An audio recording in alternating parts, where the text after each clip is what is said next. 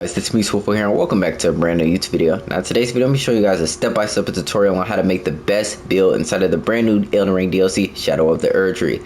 So before you get into this video, make sure to like and subscribe as I would really appreciate it, and it does help out the channel a lot. But yeah, let's not waste no more time getting into the best build inside of the game. So yeah, so go over to our equipment. The first thing we're going to need is the Blasphemous Blade. Now if you don't know how to get that, basically you're going to end up heading over to the main game and going over to Volcano Manor.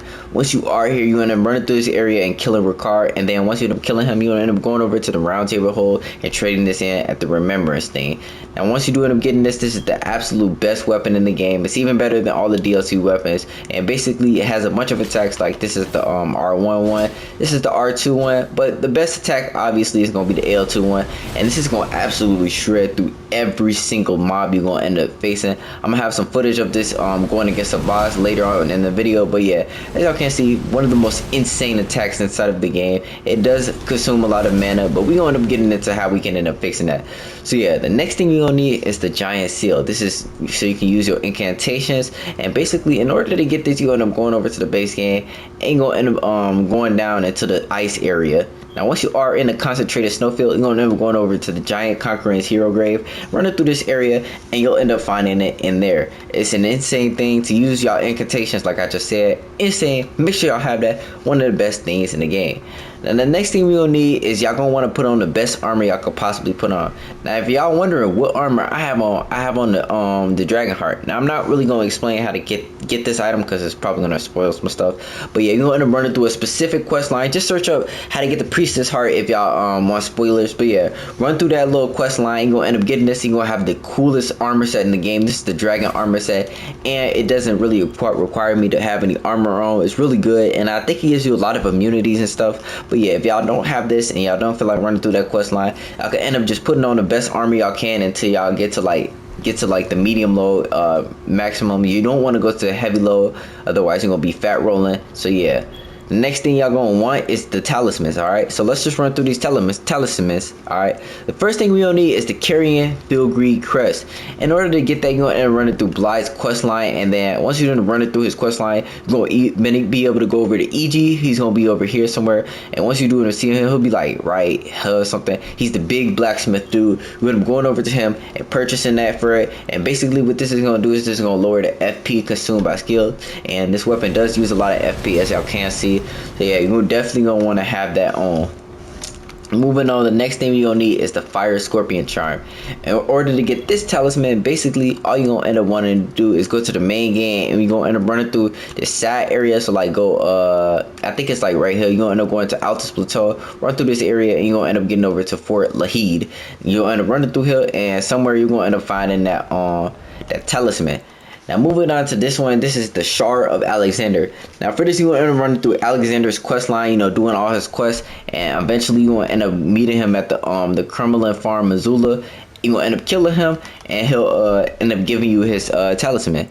The last thing you're going to need is the Dragon Shield Great Talisman, and pretty much all you're going to need to do for this is run through this area again, and somewhere along the lines you're going to end up finding a secret area. It should be like kind of direct to your path to Malekith, but yeah, you'll end up finding an area. You'll end up being able to pick up this talisman. Really good. It gives you insane durability negation. It's one of the best things y'all can get inside of the game. Now that's basically the whole build right there. Very, very, very simple to end up making. All the talismans and swords and stuff is really easy to get, honestly. So yeah, let's end up going over to Grace Point. Alright guys, I almost forgot one of the most important things y'all gonna want to have is the Mimic Tier, guys. I know.